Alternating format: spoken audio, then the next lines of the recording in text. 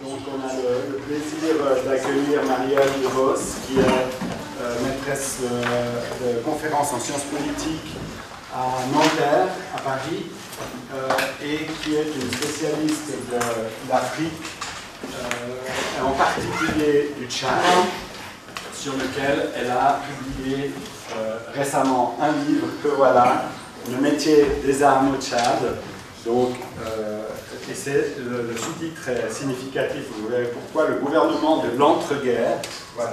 Merci. Marlène, je te passe la parole et on t'écoute. Donc, bonjour et merci pour cette invitation. Je suis ravie d'être ici après le colloque de Nanterre.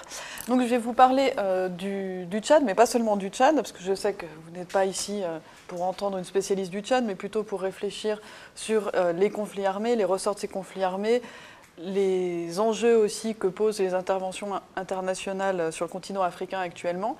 Mais je ne vais pas aborder cette question à partir de grands propos généraux sur qu'est-ce que la guerre en Afrique, qu'est-ce que l'Afrique ou qu'est-ce que les interventions armées. Je préfère aborder ces questions à partir de ce que je connais, donc d'un pays spécifique, mais qui n'est pas, qui est un pays spécifique, mais qui permet de poser des questions un peu plus générales. Et ce pays, c'est donc le Tchad, pays que je connais bien, puisque je fais des recherches sur le Tchad depuis maintenant une dizaine d'années. Alors, il me semble important de poser des questions sur ces conflits armés et de déconstruire des grilles de lecture dominantes, c'est-à-dire les façons dominantes dont on parle dans les médias et aussi dans certains rapports d'expertise de la guerre et de la violence en Afrique. Et il est important de critiquer ces discours dominants parce que ces discours dominants ont des effets. Donc, il ne s'agit pas de critiquer des discours uniquement pour les critiquer, mais aussi parce que ces discours dominants vont inspirer un certain type de politique internationale et inversement, ces politiques internationales, notamment certaines interventions, vont être justifiées par des interprétations incomplètes ou erronées de ce qui se passe sur le terrain. Alors, l'image que l'on a des conflits en Afrique subsaharienne, l'image qui est véhiculée par les médias est généralement assez catastrophique. Si on regarde ce qui se fait actuellement, j'imagine c'est pareil à la télévision suisse, sur le conflit en Centrafrique, on a l'impression que deux groupes monolithiques, les chrétiens, les musulmans, animés par une haine farouche, sont en train de s'opposer, de s'affronter uniquement parce qu'ils se détestent et pour des raisons religieuses, en oubliant complètement tout le contexte politique et tout le contexte économique. Alors je ne sais pas si ça a été le cas ici, mais on a vu aussi en France que certaines mises en scène de cannibalisme étaient montées en épingle par les médias, on ne voyait plus que ça, alors que en fait, ces cas sont des mises en scène et non pas des pratiques cannibales, et surtout que c'est quelque chose qui doit être compris dans son contexte et qu'on ne peut absolument pas regarder d'ici, d'Europe, avec un regard « oh, ce qui se passe là-bas est absolument atroce et ces gens sont bizarres ». Donc je pense que resituer les conflits dans leur contexte, essayer de comprendre le sens de la violence sur le continent est extrêmement important, et que la seule façon de le faire, c'est de le faire en ayant une approche localisée, c'est-à-dire sans généraliser. Et la seule façon de le faire, c'est aussi de le faire en ayant été sur place et en ayant rencontré les gens qui soit se sont battus, soit ont été impliqués en tant que civils dans des mouvements armés. Alors, je vous disais que je travaille sur le Tchad depuis une dizaine d'années, ce qui veut dire que j'ai vu toutes les transformations du pays, et elles sont importantes, puisque le Tchad est un pays exportateur de pétrole depuis 2003, et qu'on voit une grande différence, surtout dans la capitale, entre le pays avant l'exploitation du pétrole et le pays aujourd'hui. En 10 ans, si je simplifie, il y a eu aussi la constitution d'une coalition rebelle. C'est entre 2005 et 2010, période qui est connue au Tchad comme une période de crise politico-militaire. Donc entre 2005 et 2010, il y avait une rébellion, coalition rebelle au Tchad, qui a lancé 2 attaques sur la capitale, en 2006 et en 2008, sans parvenir à renverser le régime d'Idriss Déby, Idriss Déby qui est au pouvoir au Tchad depuis 1990. Et donc j'ai pu observer à quoi ressemblait le pays avant cette crise politico-militaire et après cette crise politico-militaire, c'est-à-dire à partir de 2010. Parce qu'en 2010, il y a eu un accord de paix entre le Tchad et le Soudan. Accord qui a privé les rebelles tchadiens de base arrière, parce que leur base arrière était au Darfour, et qui a privé les rebelles tchadiens de soutien financier, de soutien matériel. Donc la plupart des combattants tchadiens sont revenus et ont rallié le gouvernement, et quelques leaders politiques de l'opposition armée sont restés en exil. Alors pour illustrer ces changements, je vous montre juste quelques photos. Ça, ce sont des photos qui ont été prises en février 2008 dans la capitale N'Djamena. Vous voyez d'un côté le fossé qui a été creusé tout autour de la ville pour freiner l'avancée des rebelles.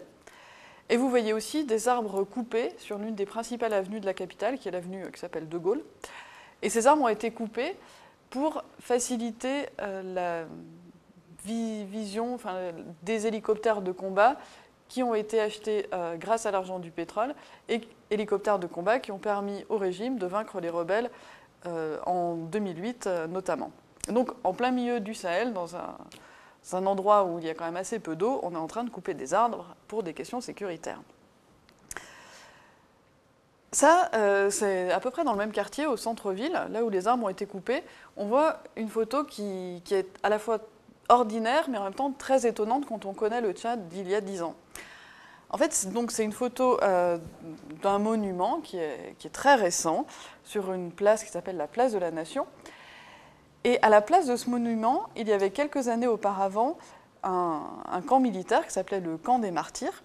Et juste en face de ce camp des Martyrs, il y a toujours la présidence. Et avant, cette place était une place très sécurisée et très militarisée, où il était interdit de s'arrêter, où il était interdit de faire demi-tour. Et il y avait un vrai danger à faire demi-tour devant la présidence.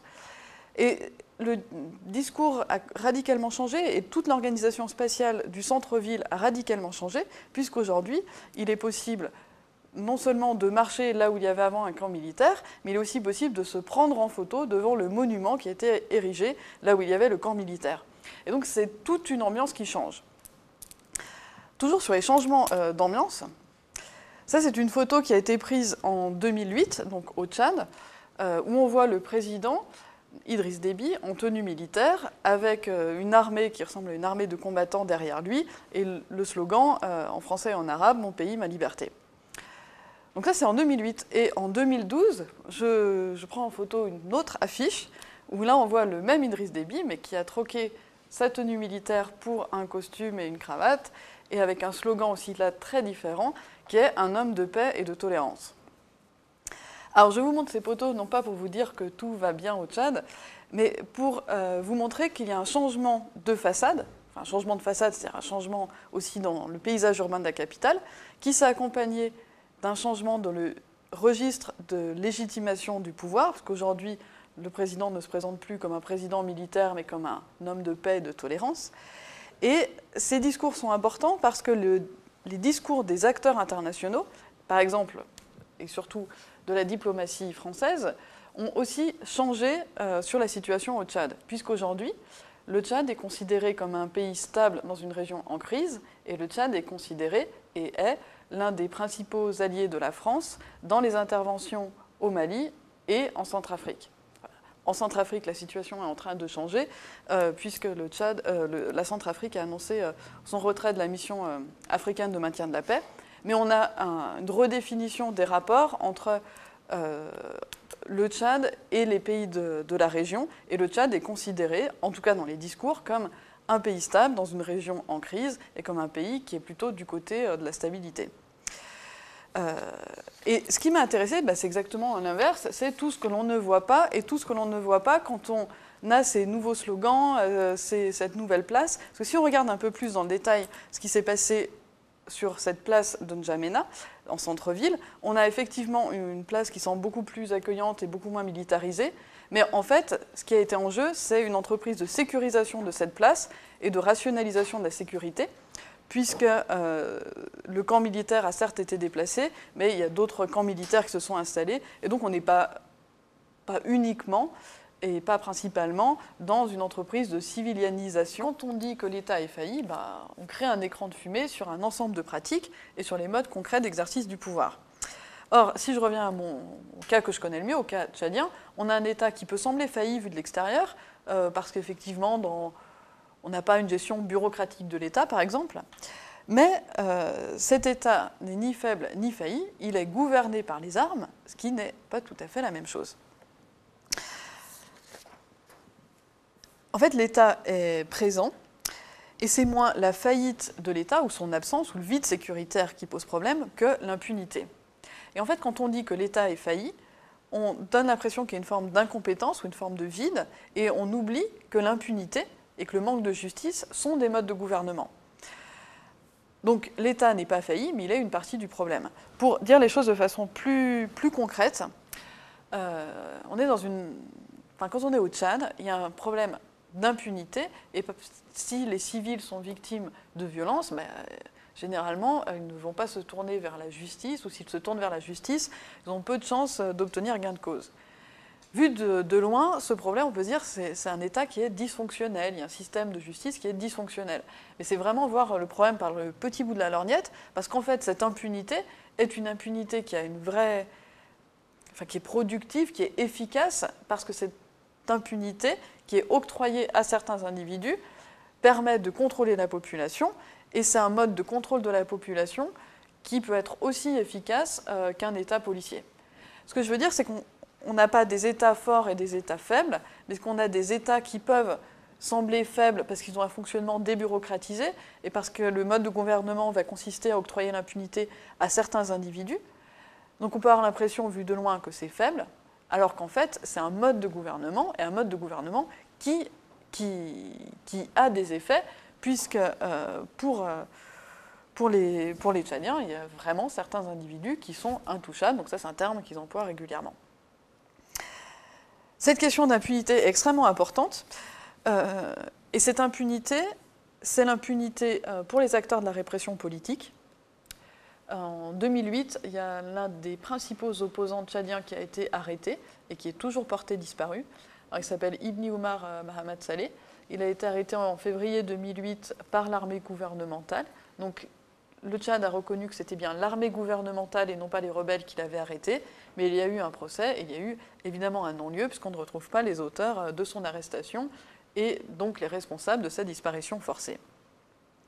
Mais l'impunité, ce n'est pas uniquement l'impunité pour les acteurs de la répression politique, c'est aussi l'impunité pour certaines autorités politiques et militaires, et donc une impunité octroyée à des affidés du pouvoir, mais à un niveau beaucoup plus local, et cette forme d'impunité a des conséquences extrêmement importantes sur la vie économique et sur la vie sociale des gens. Octroyer l'impunité à certains individus, et pas à d'autres, évidemment, tout le principe du gouvernement par l'impunité, c'est d'octroyer l'impunité à certains et pas à d'autres, et pas simplement... C'est pour ça qu'on n'est pas dans un vide sécuritaire, soit qu'on n'est pas dans un vide juridique, et l'impunité signifie pas qu'il n'y a plus de loi, signifie certains individus peuvent ne pas respecter la loi, et sont même encouragés à ne pas respecter la loi. Et donc, octroyer l'impunité à certains individus plutôt et pas à tous, est une façon de remercier certains proches du régime, une façon de freiner les velléités de révolte des autres, et c'est une façon au final de gouverner, de contrôler la population.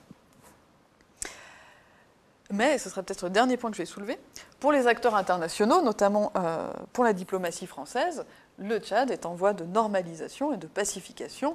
Donc pour la diplomatie française, en gros, on est dans cette diapositive avec un homme de paix et de tolérance à la tête du pays. Alors, là, je ne caricature pas, ou pas tellement, puisque quand on va regarder véritablement les textes, on se rend compte que c'est ce qui est dit. Alors, je vous cite juste un tout petit bout de phrase de la présidente de la Commission de la Défense nationale et des Forces armées de l'Assemblée nationale française, donc qui est une députée du Parti socialiste français, qui a fait une mission avec 2 autres députés au Tchad, et elle a déclaré au retour, donc en compte-rendu, que le Tchad est, je cite, « un îlot de stabilité dans une bande sahélo-saharienne en crise ». Et ce que les députés ont rapporté en revenant en France et en faisant le compte-rendu de leur mission au Tchad, c'est que les Tchadiens sont un peu vexés de ne pas avoir été plus remerciés pour leur contribution au Mali et pour leur engagement aux côtés de la France au Mali. Il y a un autre passage qui est quand même savoureux, c'est que donc, les députés expliquent qu'ils ont pu se déplacer à N'Djamena sans trop d'escorte, et qu'ils ont pu aller jusqu'au lycée français et jusqu'à l'Institut français.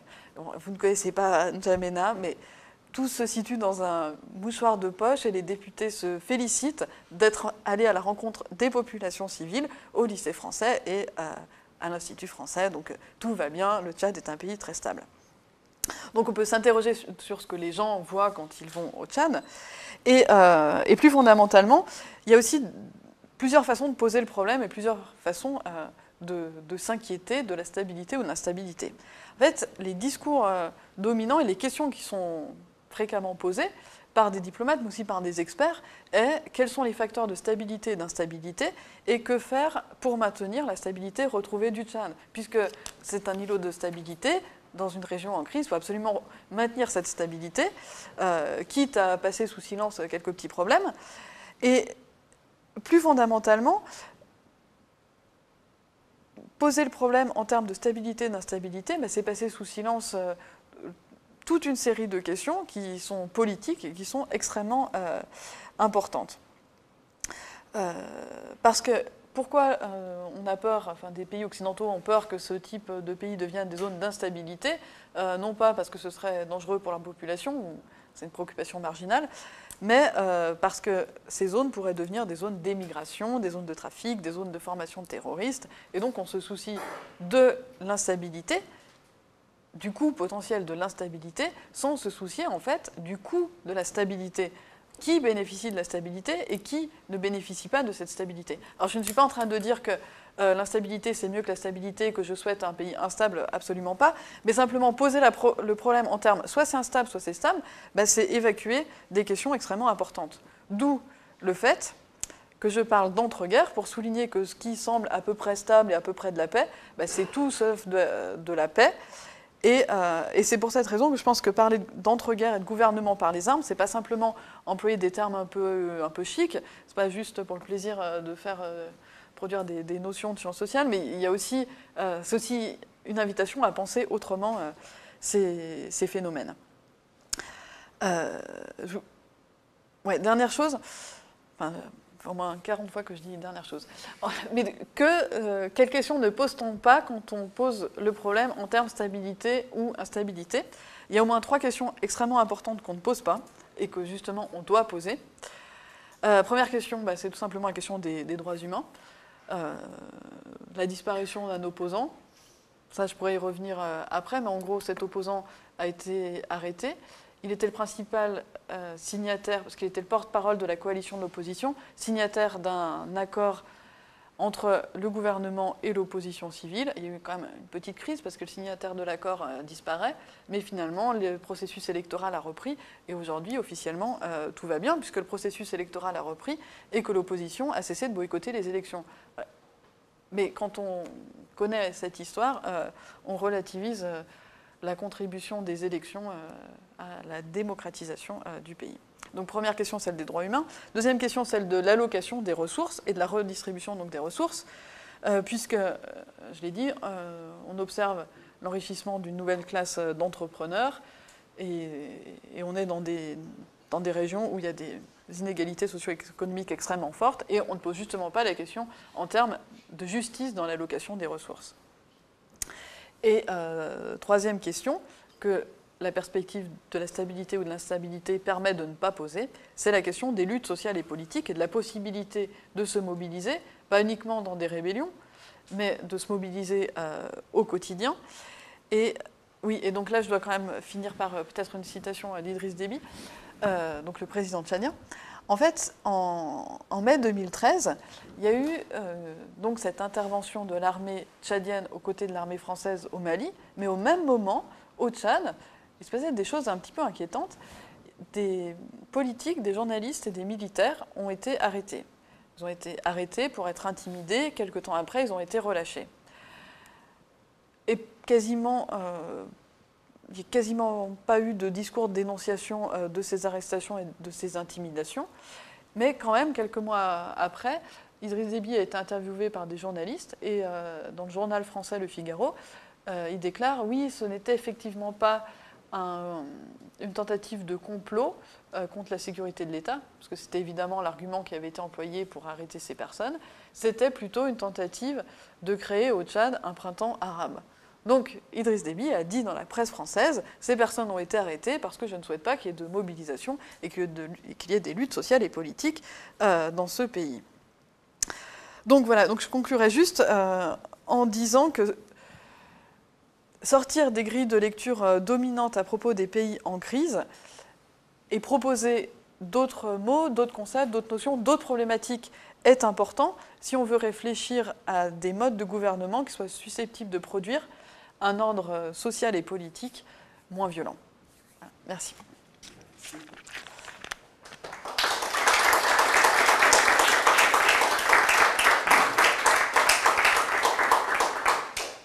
Voilà, la parole est à qui veut la prendre.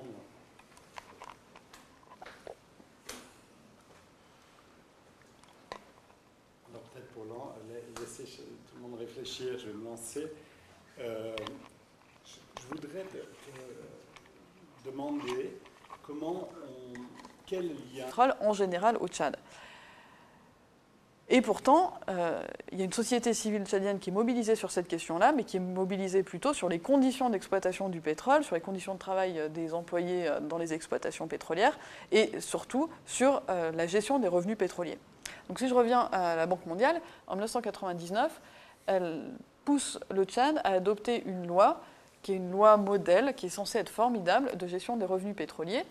Et le Tchad s'est engagé à investir dans certains secteurs jugés prioritaires et à placer une partie des fonds dans un fonds pour les générations futures, c'est-à-dire à ne pas dépenser tout de suite tous les revenus pétroliers. Il y avait aussi un mécanisme de gestion par un collège censé rassembler plusieurs acteurs économiques, politiques du Tchad, dont des associations de la société civile, qui a été créé. Et en gros, tout ce système censé être formidable, a été démantelé en 2006, puisque le Tchad étant un État souverain, le Tchad a fait adopter une nouvelle loi par son Parlement. Donc là, il y a eu un bras de fer entre la Banque mondiale et le Tchad, bras de fer que le Tchad, au final, a gagné.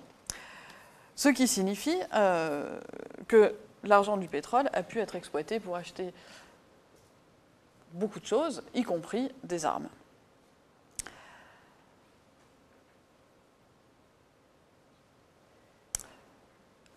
Si je reviens à mon idée, on a donc plusieurs discours sur pourquoi il y a de la violence ou de la guerre au Tchad. Premier discours, c'est une affaire de Tchadiens. Deuxième discours, c'est une affaire qui est de Tchadiens parce que c'est dans leur culture. Et vous devez voir qu'il y a un véritable mythe. Je pense qu'en Suisse, on s'en rend moins compte qu'en France, mais il y a une sorte de mythe du combattant tchadien très courageux. Et c'est un mythe qui est inscrit dans l'histoire coloniale française, c'est-à-dire que pour beaucoup de militaires français, les combattants tchadiens ne sont pas n'importe quels combattants, ils sont particulièrement valorisés. Et ça, c'est vraiment une histoire qui remonte aux stéréotypes forgés pendant la période coloniale. Et il est intéressant de voir que cette fascination des militaires français pour les formidables combattants du désert a été réactivée l'année dernière, au moment où l'armée tchadienne est intervenue aux côtés de l'armée française, puisqu'on a eu un ensemble de discours sur l'armée tchadienne est formidable. Elle est composée de combattants courageux, valeureux, qui se battent au Mali et qui, en plus, étaient considérés comme des spécialistes de la guerre dans le désert, ce qui n'est peut-être pas faux, mais on oublie quand même de dire que le Tchad et le Mali, c'est quand même deux pays différents. Donc il y a un peu cette idée qui a été véhiculée que des combattants du désert, ils peuvent aller n'importe où, ils seront toujours les plus forts. Et on oublie complètement à quoi ressemble l'armée tchadienne, et on oublie que cette armée qui a été saluée pour son efficacité, pour sa combativité au Mali, est la même armée qui, au Tchad, est critiquée par les civils pour la violence, pour ses activités illégales. Et donc pour les Tchadiens, l'armée tchadienne est avant tout cette armée qui a réprimé dans leur région, puisque, comme je disais avant, il y a eu des répressions dans à peu près toutes les régions du pays. J'en viens à une autre idée reçue qui est extrêmement problématique et qui là est plus difficile à désamorcer, c'est l'idée reçue selon laquelle les gens se battent parce qu'ils se détestent. Alors dans les années 1990, il y avait une grille de lecture des conflits en Afrique qui était dominante, qui était ces conflits se développent parce qu'il y a des ethnies qui ont des haines ancestrales, et ces haines ancestrales se réveillent dans un contexte post-guerre froide. C'est un discours qui a été tenu à propos des conflits africains, notamment des conflits en Afrique de l'Ouest, mais aussi des conflits des Balkans, et on tentait d'expliquer ces conflits par des arguments culturalistes, et par des arguments sur la supposée haine que se livrent des groupes qui n'auraient pas les mêmes identités. Et il est frappant de voir que dans les années 1990, on expliquait les conflits africains par l'ethnicité, et qu'actuellement, on tend à expliquer ces conflits par la religion, sans réfléchir à ce que signifie être chrétien ou musulman dans un endroit comme la Centrafrique. C'est pas exactement la même chose qu'être chrétien ou musulman, par exemple, au Nigeria. Et surtout, on ne peut pas généraliser et faire comme si c'était des groupes monolithiques, et on ne peut pas considérer qu'il y a une évidence à l'affrontement entre des groupes qui n'ont pas les mêmes religions. Surtout,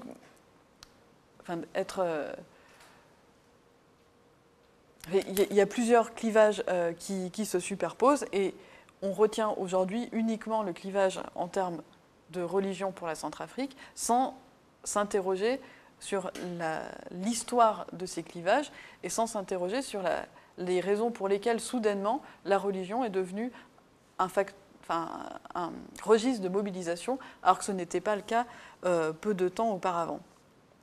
Alors, je ne dis pas qu'il n'y a pas des groupes qui s'identifient comme musulmans et des groupes qui s'identifient comme chrétiens. Vous avez en Centrafrique une rébellion qui a pris le pouvoir, donc c'était en mars 2013, qui ensuite était démissionnée. Donc c'était la rébellion de la Séléka avec le président Michel Djotodia.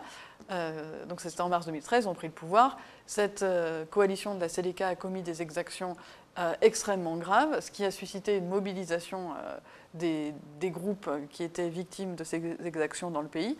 Mais ces milices anti-Balaka, donc qui se présentent comme milices chrétiennes, ne sont pas simplement des milices qui ont surgi comme des petits groupes d'autodéfense, il y a aussi une organisation politique derrière certaines de ces milices, avec un soutien en partie de l'ancien président François Bozizé, en tout cas à certains de ces groupes. Et il y a quelques mois, le président autoproclamé qui avait pris le pouvoir, Michel Djotodia, qui était issu de la rébellion, a été démissionné, c'est-à-dire qu'on l'a poussé jusqu'à la démission. Et on l'a poussé jusqu'à la démission, non pas à Bangui, dans la capitale centrafricaine, mais à N'Djamena, dans la capitale tchadienne. Ce qui est quand même assez ironique. C'est comme si on avait demandé au président français de démissionner, mais comme si toutes ces tractations s'étaient passées, par exemple, en Suisse, et comme si on n'avait même pas cherché à camoufler le fait que ces tractations se passent en dehors même du pays. Bon, après, je dis pas... Le parallèle s'arrête là. Hein. Enfin, je ne dis pas que c'est évidemment pas du tout des pouvoirs qui peuvent être comparés, mais quand même assez frappant que dans une région du monde, on pousse un président à démissionner, non pas chez lui, mais dans le pays voisin. Alors, si je reviens sur cette histoire des chrétiens et des musulmans qui s'affrontent, pourquoi c'est un discours qui pose problème? Parce que c'est premièrement un discours donc, qui réifie les identités, qui néglige la complexité des appartenances sociales et politiques, et on oublie que les Centrafricains ne détestaient pas forcément leurs voisins avant la guerre. Et donc ce qu'on oublie, c'est que s'il y a une mobilisation des identités, que ces identités soient ethniques ou religieuses, cette mobilisation des identités n'est souvent pas la cause de la guerre, mais se déroule pendant la guerre. Il y a un phénomène de polarisation des identités, mais pendant la guerre et non pas avant la guerre. Et enfin, dire que les gens se détestent, c'est quand même une façon de passer sous silence toute une série de questions et de passer sous silence certaines erreurs politiques. Donc il y a certains discours de diplomates, notamment d'un diplomate français, qui avait déclaré « Oui, il est vrai, on a fait des erreurs, on a sous-estimé la haine des communautés chrétiennes et musulmanes. » Mais en disant ça, ce qu'on ne dit pas, c'est toutes les autres erreurs politiques qui ont pu être faites. C'est une façon de dire, avouer avoir sous-estimé la haine entre les communautés, c'est une façon évidemment de ne pas avouer toutes les autres erreurs politiques. Et en plus, est-ce qu'il y a eu une sous-estimation de la haine entre les communautés, ou est-ce qu'il y a eu plutôt une mobilisation extrêmement rapide une mobilisation avec un registre communautaire, ce qui n'est pas la même chose.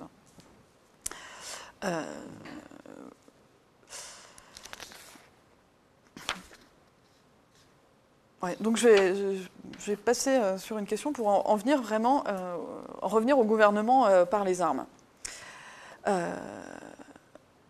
Et pour en venir peut-être à une dernière idée reçue qu'il faut déconstruire, c'est celle de la faillite de l'État ou du vide sécuritaire. Et là aussi, c'est un discours que vous avez beaucoup dû entendre à propos de la Centrafrique, où on essaie d'expliquer la guerre dans cette région et la violence par l'effondrement de l'État. Et là, l'expression « État failli » a été employée un nombre incalculable de fois à propos de la Centrafrique, mais aussi à propos d'autres pays du Sud en crise. Et là, on est aussi face à une autre fausse évidence. Alors si on dit que l'État est failli parce que les services publics sont faillis, oui, là, c'est vrai, et les services publics sont faillis, c'est-à-dire que les services publics, il n'y en a quasiment pas, il y a un vrai problème d'éducation, de santé, et c'est vrai au Tchad, c'est vrai en Centrafrique, et c'est encore plus vrai en Centrafrique qu'au Tchad, et notamment en dehors de la capitale. En Centrafrique, il n'y a quasiment pas de services publics qui sont assurés, donc il y a une faillite de l'État de ce point de vue. Faillite de l'État qui n'est pas une incompétence de cet État, mais qui est aussi liée aux programmes d'ajustement structurel qui ont été mis en place par les institutions financières internationales dans les années 1980 et 1990, et qui, dans les pays africains, ont aggravé le démantèlement des services publics qui tentaient plus ou moins de survivre.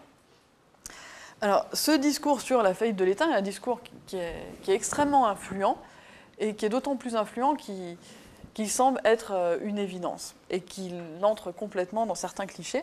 Mais en même temps, si on regarde d'où vient ce discours, il vient d'experts, d'experts ou d'universitaires qui avaient forgé cette notion à la fin des années 1990, et c'est une notion qui avait été un petit peu oubliée jusqu'à 2001, où cette notion a connu un regain d'intérêt. Et aujourd'hui, c'est une notion qui est très critiquée par tous les chercheurs en sciences sociales, par tous les sociologues, les politistes, les anthropologues, mais c'est une notion qui reste extrêmement influente et qui est utilisée aussi pour justifier certaines politiques. Donc depuis 2005, il y a une revue Foreign Policy, publiée aux États-Unis, qui publie chaque année son index, donc son classement des États faillis dans le monde, et donc on trouve toujours parmi les 10 États les plus faillis la Somalie en tête, mais aussi la République démocratique du Congo, le Tchad, la Centrafrique et d'autres pays. Donc ce discours est très influent chez les diplomates, mais il a aussi une diffusion dans la société beaucoup plus large et qui est elle aussi problématique. Je ne sais pas si vous vous souvenez de l'Arche de Zoé, dont on a beaucoup parlé en France. Donc c'était une sorte de pseudo-ONG qui, en 2007, a eu cette idée étrange d'aller sauver des enfants qui n'étaient pas en danger contre leur gré, et d'aller sauver des enfants qui étaient censés être orphelins, qui n'étaient pas orphelins, qui étaient censés être du Darfour et qui n'étaient pas du Darfour mais du Tchad. Donc en gros, vous avez quelques Français qui montent une ONG, qui partent au Tchad en pensant aller sauver des enfants orphelins du Darfour, donc, qui se sont révélés n'être ni du Darfour ni orphelins, et pour les sauver parce qu'ils considéraient que dans cette région du monde, il y avait un vide total, qu'il n'y avait pas d'organisation humanitaire, et qu'il fallait absolument aller sauver les Africains en allant sauver leurs enfants, même si ces enfants n'étaient absolument pas livrés à eux-mêmes. Mais ce type d'entreprise un peu folle peut être monté parce qu'il y a un discours dominant sur « dans cette région du monde, il n'y a pas d'État, il n'y a pas de loi, on peut faire n'importe quoi, et c'est même notre devoir d'aller les sauver ». Donc là, il y a eu un procès, je ne vous raconte pas toute l'histoire, il y a aussi un jeu assez intéressant entre la France et le Tchad pour ensuite aller sauver non pas les pauvres enfants, mais aller sauver les pauvres Français qui se sont retrouvés en prison au Tchad. Et pour la petite histoire, Nicolas Sarkozy, donc c'est sous la présidence précédente, qui avait débarqué un dimanche à N'Djamena, qui avait réussi à les sortir de prison comme si c'était des pauvres victimes, alors qu'évidemment, je ne dis pas que c'est des personnes qui doivent être condamnées à des lourdes peines, mais en tout cas, selon la loi tchadienne, ils avaient évidemment violé la loi tchadienne. Alors, l'autre problème de ce type de qualification sur la faillite de l'État, sur le vide sécuritaire, c'est que même si on peut avoir cette impression quand on se promène sur cette place. Donc, et ce qui change aussi, et qui est important, c'est que maintenant, quand on arrive à N'Djamena, on comprend bien qu'on est dans un nouvel État pétrolier, qu'il y a de l'argent, et que cet argent a été investi dans les infrastructures, dans les routes, dans des nouveaux bâtiments, dans des nouveaux monuments.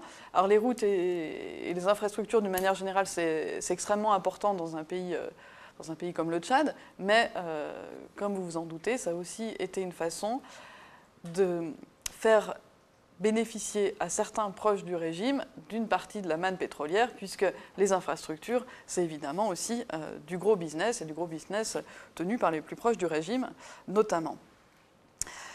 Alors, à partir de là, j'en viens à ce qui me semble important et aux questions qui me semblent importantes à poser sur ce type de terrain, et notamment la question du mode de gouvernement et la question de ce qu'on ne voit pas quand il n'y a plus de guerre, quand il n'y a plus de coups de feu, quand les choses semblent pacifiées. Et l'un des arguments centraux de mon ouvrage est que l'on a beaucoup à gagner à étudier ce qui se passe hors des temps et des espaces de guerre, et que l'on a aussi beaucoup à gagner à prêter attention à ce que les combattants font au moment où, justement, ils ne combattent pas.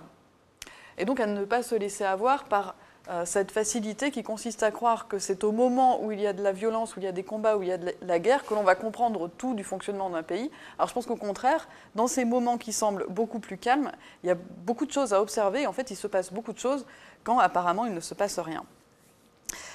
Et donc j'ai cherché à comprendre quelles sont ces formes insidieuses de violence que la paix et la stabilité camouflent. Ce qui signifie aussi, puisque si je reviens sur la question des modes de gouvernement, que j'ai cherché à analyser comment des modes de gouvernement traversent les frontières de la guerre et de la paix, c'est-à-dire comment on retrouve dans des moments qui ne sont pas des moments de guerre, des modes de gouvernement qui peuvent être violents. D'où le titre et le sous-titre du livre. Donc le titre, c'est « Le métier des armes au Tchad », mais le sous-titre est tout aussi important. Et le sous-titre sur le gouvernement de l'entre-guerre, comment on gouverne un entre-guerre et comment on reproduit cette situation de ni guerre ni paix dans les moments où il n'y a pas de guerre ouverte. Alors, je vais vous dire maintenant quelques mots sur comment j'en suis venue à étudier ce monde des armes au Tchad. Donc lors de mon premier séjour au Tchad, il y a 10 ans, 2004, c'était un moment un peu comme aujourd'hui, relativement calme au regard des standards tchadiens, c'est-à-dire qu'il n'y avait pas de rébellion armée, il n'y avait pas ou très peu de rébellions armées, en tout cas pas de menace sur la capitale, et les choses semblaient plus ou moins calmes. Et pourtant, même dans ces moments-là, il y avait une présence massive des hommes en uniforme, que les Tchadiens et beaucoup d'autres en Afrique francophone appellent des corps habillés, donc des hommes en uniforme, souvent armés, dans les rues de la capitale, sur les routes du pays. Et certains de ces hommes en uniforme sont appelés des bogo-bogo, ou des karang-karang, et il s'agit de douaniers combattants, c'est-à-dire de douaniers qui ne sont pas forcément officiellement intégrés dans les forces régulières et pas officiellement douaniers, mais qui vivent en prélevant des ressources sur les commerçants et sur les civils. Et donc, à ce moment-là, et encore aujourd'hui, la principale préoccupation des Tchadiens et des Tchadiennes était les pratiques illégales et parfois violentes de ces hommes en armes qui jouent un grand rôle dans la vie quotidienne, dans la vie sociale, dans la vie économique du pays. Donc les questions que je me suis posées étaient tout simplement qui sont-ils, qui sont ces hommes en uniforme, comment vivent-ils, pas simplement comment vivent-ils quand ils sont en guerre, mais comment vivent-ils quand ils ne sont pas en guerre, et que signifie la guerre et la paix dans un pays qui est marqué par la récurrence des violences et des conflits. Alors il y a plusieurs choses importantes et qui concernent le Tchad, mais pas uniquement le Tchad. La première chose, c'est que c'est un pays où les périodes considérées comme du post-conflit ont toujours aussi été des périodes de pré-conflit. Et donc j'ai travaillé non pas sur la transition de la guerre vers la paix, mais sur l'enchevêtrement entre des logiques de guerre et de paix, en m'interrogeant sur ce que les combattants font quand ils ne combattent pas, mais aussi en m'interrogeant sur les frontières spatiales, sociales, politiques et aussi théoriques de la guerre et de la paix. Et pour comprendre comment fonctionne la politique sur ce type de terrain, il faut être attentif aux continuités et discontinuités entre la guerre et la paix, sans postuler qu'il y a une rupture radicale entre les moments de guerre et les moments de paix. Alors, l'entrée en guerre change les choses, elle marque une rupture, elle peut déplacer les frontières des labellisations des actes criminels et politiques. Enfin, pour le dire plus simplement, ça veut dire qu'un acte violent en temps dit de paix peut être considéré comme un crime et en temps dit de guerre, ce même acte violent va être considéré comme un fait de guerre. Donc, il y a des changements qui viennent avec la déclaration de guerre, mais on ne peut pas considérer que le début d'un conflit marque une transformation radicale et la plongée du pays dans un univers hobbésien de guerre de tous contre tous. Autrement dit, les pratiques, les représentations qui marquent le temps ordinaire ne disparaissent pas du jour au lendemain avec la déclaration de guerre. Et dans un pays comme le Tchad, la guerre n'est pas une parenthèse ou un temps à part. Et la guerre appartient véritablement au cadre moderne et routinier de la politique. C'est-à-dire que faire de la politique au Tchad, c'est pas pour tous, hein, il y a des acteurs civils, il y a une opposition civile, et j'y reviendrai un peu plus tard, mais disons que depuis l'indépendance du pays, il y a une façon ordinaire de faire de la politique qui consiste à prendre les armes. Donc, je répète encore une fois, ce n'est pas la seule façon de faire de la politique, mais c'est un chemin qui a été tracé par tous les prédécesseurs qui ont pris le régime, enfin qui ont pris le pouvoir, puisqu'il n'y a pas eu de changement de régime sans violence au Tchad.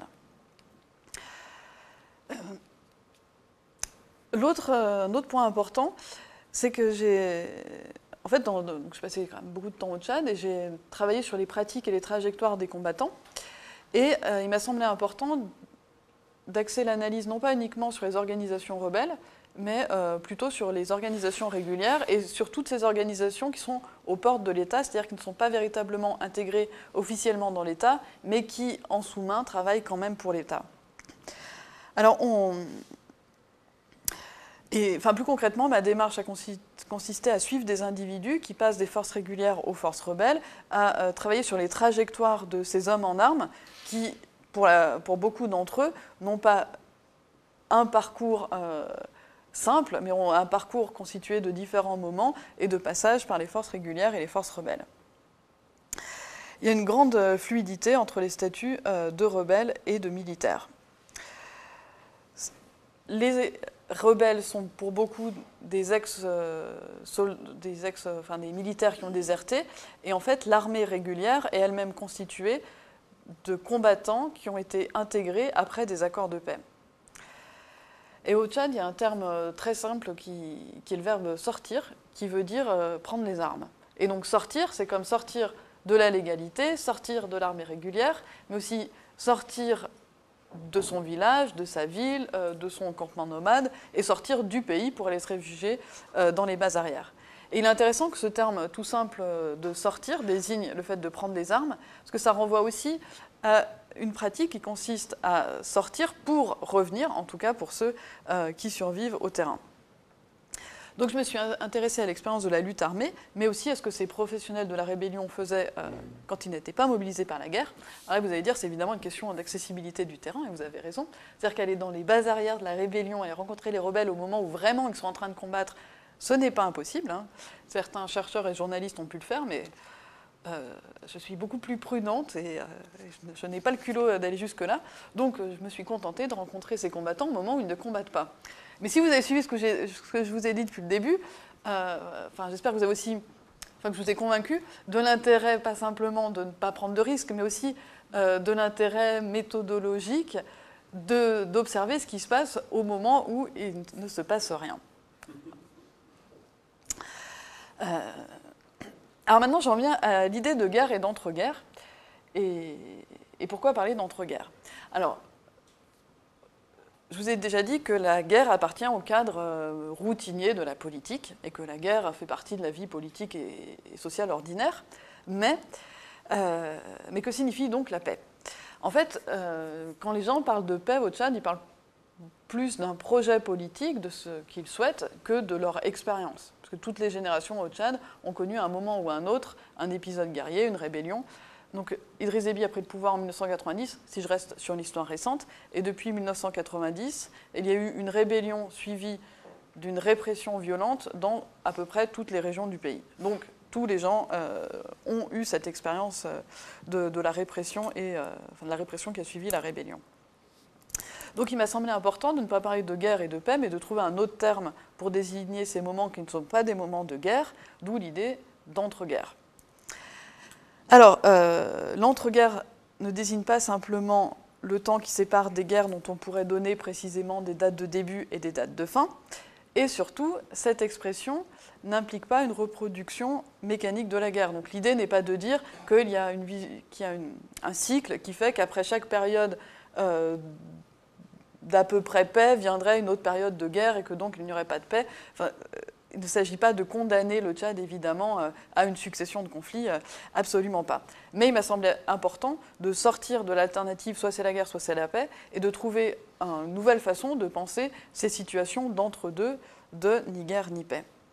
Et ce qui est frappant, c'est de voir que dans ces moments où il n'y a pas de guerre ouverte, il y a quand même une attente par les civils, et parfois par les ex-combattants, du déclenchement d'une prochaine guerre. C'est-à-dire que les gens ne disent pas « il y aura une prochaine guerre », mais ils disent « peut-être, en tout cas, il faut que l'on considère que c'est une option possible pour l'avenir ». Surtout, ce qui est important pour moi, c'est de voir comment, dans ces espaces et ces temps qui ne sont pas des espaces et des temps de guerre, il y a une forme de violence de l'économie et de violence politique, même si cette violence de l'économie et cette violence politique prend des formes plus insidieuses qu'en temps de guerre. Et donc, mon hypothèse, c'est que cette entre-guerre est entretenue par l'État parce que l'État gouverne par les armes. Là, je précise que d'une manière générale, quand je parle de gouvernement par les armes, je ne parle pas uniquement du fait de tuer, de la violence physique. Parce que dans des moments qui ne sont pas des moments de guerre, mais aussi en guerre, les armes servent à se battre, elles servent à impressionner, elles servent à intimider, elles servent à s'imposer dans des interactions, mais on peut gouverner par les armes sans pour autant tirer des coups de feu. On peut gouverner par les armes parce qu'au quotidien, on n'a même plus besoin de tirer un coup de feu pour montrer qu'on est dominant. Et c'est ce qui se passe dans beaucoup d'interactions de la vie quotidienne, quand par exemple des douaniers rencontrent des commerçants et des commerçantes, ils peuvent extorquer ces commerçants et ces commerçantes sans tirer de coups de feu, parce qu'ils sont évidemment déjà armés, ou parce qu'ils ne sont même pas armés, mais qu'ils sont en uniforme, et on sait très bien quel pouvoir ils représentent. Donc, le recours aux armes est une pratique routinisée, et le recours aux armes est le recours aux armes, c'est aussi parfois la simple mise en scène de la menace de la violence, et c'est beaucoup plus souvent la mise en scène de la menace de la violence que la violence effective et la violence physique. Alors, je vous ai dit que le titre de l'ouvrage était « Le métier des armes au Tchad ». Alors, pourquoi je parle de métier des armes? Parce qu'il y a eu un processus de professionnalisation et de routinisation du recours aux armes qui fait que des individus peuvent vivre des armes, alors vivre des armes au sens aussi économique, tirer des revenus des armes. Alors j'ai défini comme un métier l'activité